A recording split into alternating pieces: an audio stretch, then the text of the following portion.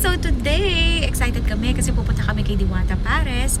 Years ago, we tried going sa store niya. Kaya lang, hindi kami umabot guys. Sobrang daming tao. Ang haba ng pila. Hindi na kami nakatiis. Nagutom na kami. So kumain na kami sa kabilang store habang may pa fireworks ang MOA. So kitang-kita from where we are nung kumakain kami ng Pares. Though, maganda yung scenario na nakaupo kami ng maayos. However, nasad kami kasi hindi namin natikman yung Pares ni Diwata na dinayo pa talaga namin.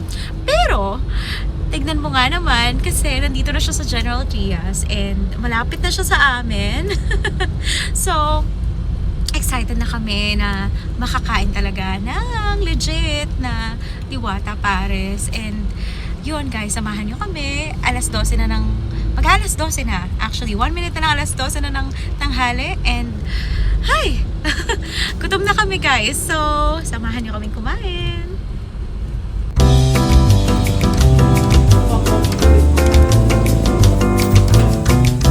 Pwede po mag-alat naman partner.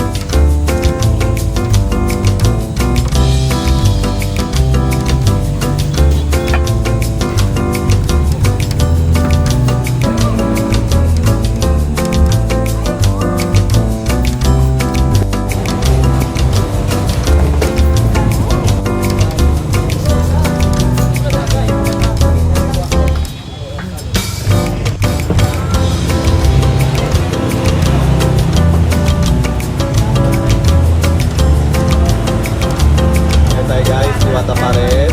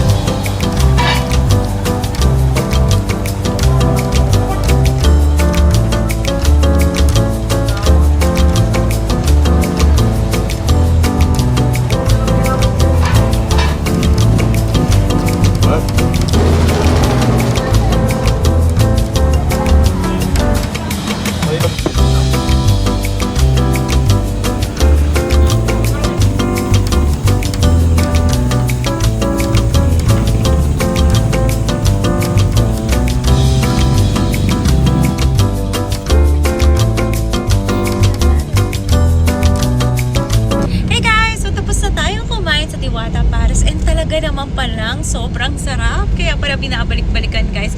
No joke. Masarap talaga siya guys. So, meron silang malaking chicken and meron silang Pares and unlimited rice and merong soft drinks ang kasama. Pag 100 pesos, Pares, unlimited rice and soft drinks ang kasama. Pag gusto mo na may chicken na kasama, 200 pesos. So, chicken, Pares, unlimited rice, tapos may soft drinks na. So guys, sa 200 pesos mo, sobrang sulit na, as in, busog na busog ka na.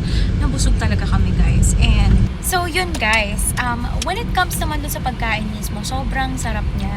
Kasi yung Pares, chicharong bulaklak siya, tsaka lechong kawali. So, napakalinamnam niya, malinamnam yung sabaw.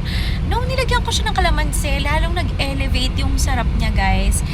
Pero nung nilagyan ko ng chili, parang nag-iba. So, hindi ko masyadong bet yung chili.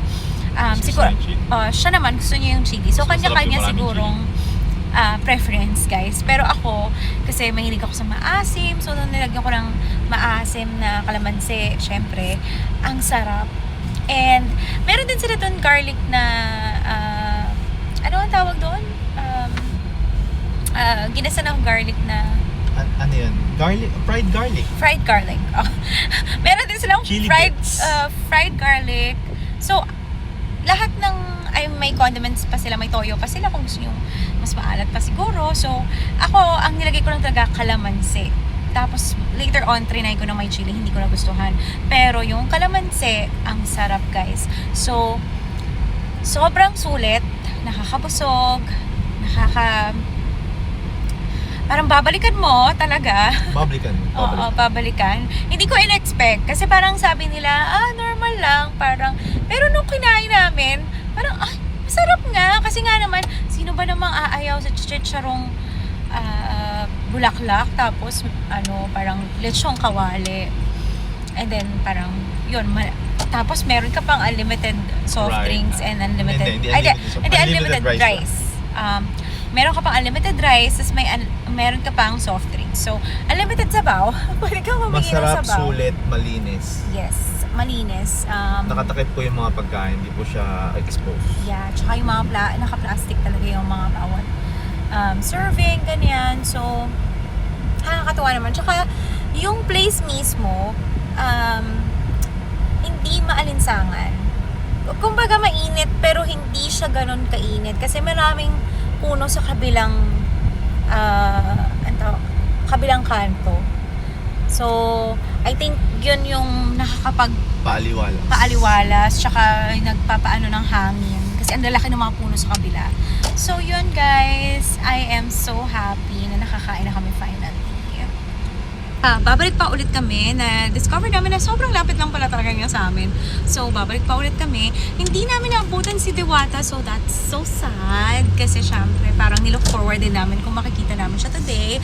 Pero, parang naisip namin baka hapon siya pumupunta kasi nga nung sa isang vlog na napanood namin, nagba-barbecue siya. So, baka hapon siya kasi syempre yung barbecue usually pahapon yun to gabi. So, susunod na pupunta kami guys, sasama na naman kayo ulit. Susunod na pupunta kami guys, sasama namin kayo ulit. And yun, sama-sama, sana makita na natin si Diwata para naman, alam mo yun, parang na-check na natin ang ating bucket list. But, pauwi na kami guys, and thank you so much pagsama sa amin today. Like, share, and subscribe.